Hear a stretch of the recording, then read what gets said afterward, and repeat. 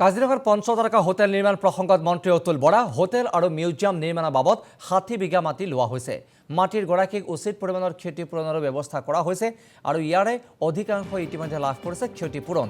কিছু সংখ্যকে কাৰোবাৰ প্ৰৰোচনাৰ পৰি বিৰোধিতা কৰিছে বুলি মন্তব্য অতুল বৰাৰ। আপোনালোকে সকলোৱে মই ভাবোঁ যে জানে যি ঠাইত হায়াতৰ হোটেল নিৰ্মাণ কৰিবলৈ চৰকাৰে লৈছে আৰু এটা টি ট্ৰাইবছ মিউজিয়াম নিৰ্মাণ কৰিবলৈ লৈছে, দুয়োটাৰে কাম আৰম্ভ হৈছিল। সেই ঠাইটুকুৰা ইয়াৰ পৰা নতি দূৰতেই আছে আৰু গোটেই মাটিখিনি আচলতে গভৰ্ণমেণ্টে টি ট্ৰাইবছ মিউজিয়ামৰ কাৰণে 30 বিঘা মাটি দিছে আৰু হায়াতৰ কাৰণে 30 বিঘা মাটি চৰকাৰে কৰিছে।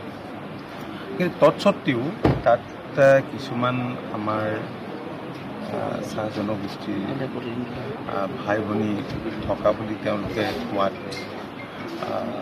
সেই বিষয়টো চৰকাৰে অত্যন্ত গুৰুত্ব সহকাৰে লৈছে। কাৰণ আপোনালোকে জানে যে আমাৰ চৰকাৰখনে চাহ জনগোষ্ঠীৰ লোকৰ কাৰণে ইতিমধ্যে যোৱা 10টা বছৰত বহু কাম কৰিছে আৰু এই পিছপৰা জনগোষ্ঠীটো যোৱা 10টা বছৰত যথেষ্ট আগবাঢ়িছে।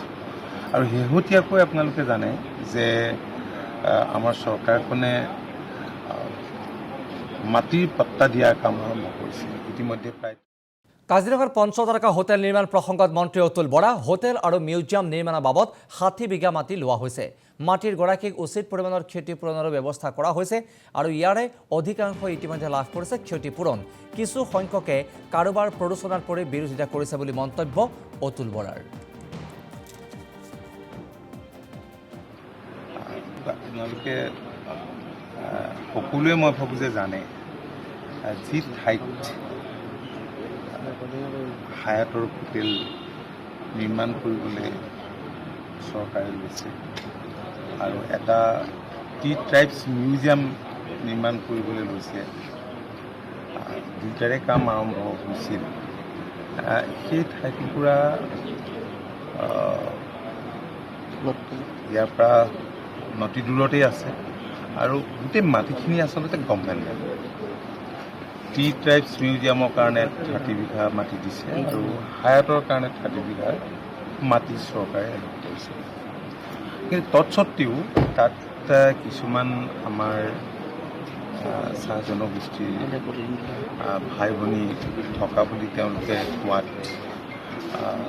সেই বিষয়টো চৰকাৰে অত্যন্ত গুৰুত্ব সহকাৰে লৈছে। কাৰণ আপোনালোকে জানে যে আমাৰ চৰকাৰখনে চাহ জনগোষ্ঠীৰ লোকৰ কাৰণে ইতিমধ্যে যোৱা 10টা বছৰত বহু কাম কৰিছে আৰু এই পিছপৰা জনগোষ্ঠীটো যোৱা 10টা বছৰত যথেষ্ট আগবাঢ়িছে। আৰু শেহতীয়াকৈ আপোনালোকে জানে যে আমাৰ চৰকাৰখনে মাটিৰ পাট্টা দিয়াৰ কাম আৰম্ভ কৰিছে ইতিমধ্যে প্ৰায়।